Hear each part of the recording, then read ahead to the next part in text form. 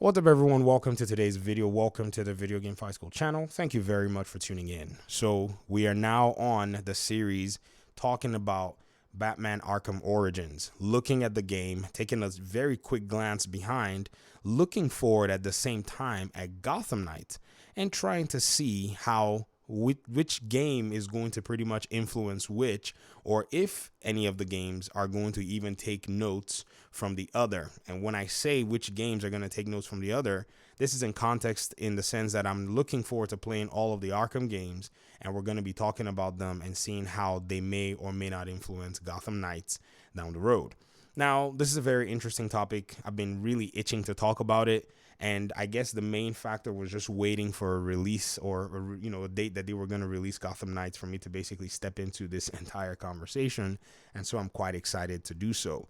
In my last video, I did a very quick introduction, talked about how I felt Arkham Origins was a very gutsy game, a game that really went out there, put Batman in a situation where he went after the entire, situation with just his fists. It was a very interesting game, nothing crazy. There were mechanics, but they had to, in a sense, go back and make the mechanics somewhat primitive in a sense and not make it too modern, because the game is supposed to predate Batman Arkham Asylum. And so it's a task, in my opinion, I felt was a very interesting one for the studio, but they came through in the short period of time that they had, and they did the job that they were meant to do. Call the game whatever you want to call it, criticize it however you want to criticize it. They delivered a full-fledged experience. DLC, not so overwhelming if you were to actually analyze it, but hey, who's really in a position to think about DLC when I felt this game provided, for me anyways, a very much more close comic experience than even some other superhero games that you have out there. So this game starts you out where you're basically chasing down Killer Croc, and this is what I've been itching to talk about.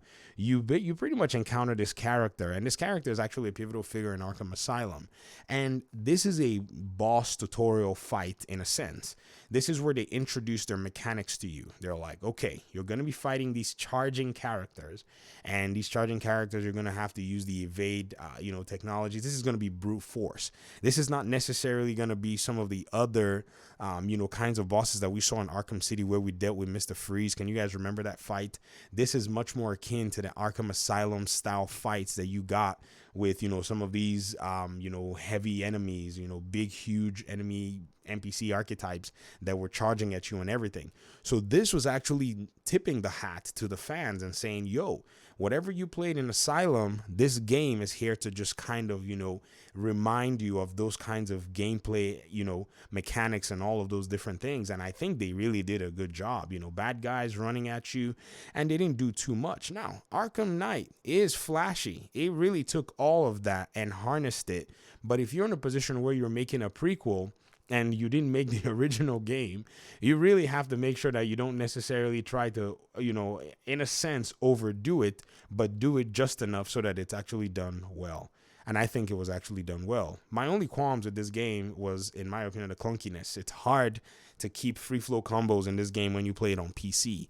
I don't know or remember how challenging it was when I played it and beat it the first time on the Xbox 360. I think that was in 2013, 2014. Yes, it has been that long ago since I first beat the game, and then eventually, subsequently, I beat it multiple times. And so I don't remember it being clunky at all. I think consoles that it came out on had the best optimization, and PC was just kind of a little bit of a hit or miss. You had beautiful graphics, but you didn't necessarily have some of that control and fluidity that the console versions had. And so with this Killer Croc boss, it sets the tone, it sets the pace for the entire game. You see, not only did they use this Killer Croc as, say, a tutorial boss, they used him to set the trend for everything that Bruce Wayne was going to be facing. If you have not played Arkham Origins, I'm very sorry, but there are going to be a lot of spoilers in this line of conversation, because that's what this is actually going to pretty much go to be. So you fight, this, what's his name? Killer Croc, and one really interesting thing is you subdue him, right? You're in a place where Batman is really hot-headed. He's asking questions and he's not taking nonsense. He's using, like I said, his fists are going after this entire game. You're gonna see some crazy examples, and it's gonna be really interesting. But here, Killer Croc pretty much reveals the entire premise of the game. Wait till Black Mask's assassins are done with you. And he's like, what assassins?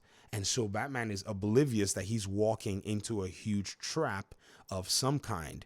But now he's aware and he's ready. And at the same time, he's facing this frontal assault from these enemies. And behind him is GCPD, who don't know him, don't trust him, don't want him to be in the pipeline. This pretty much tells you the entirety of the tension that this game was bringing to the forefront. This is a very engaging story that this game brought at the time that it actually delivered it. And I think the very first 20 minutes, in my opinion, is one of the more intense 20 minutes of a video game. It's a very interesting tie because all the games, they were able to provide you this really intense opening, but this game is one of those games that has one of those openings that you can't necessarily forget. You really have to go ahead and tell yourself and say, you know, I'm in a position where I have to give it to the developers, to the writers at the time that this game was made and how much work they actually put into it.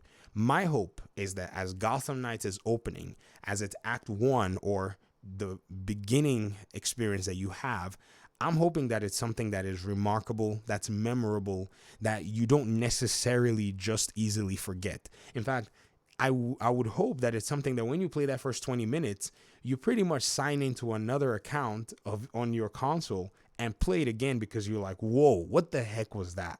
And that's my hope anyways for the game. And I'm hoping the developers and the writers and cinematographers can actually bring that kind of quality, that intensity, because this is what makes the Batman or Bat-themed games actually tick.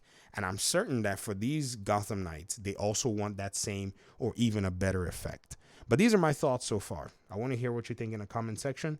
Talk to me. Thank you very much for listening to the video and for watching. I really do appreciate you guys so much. Hopefully we'll talk very soon. Peace out.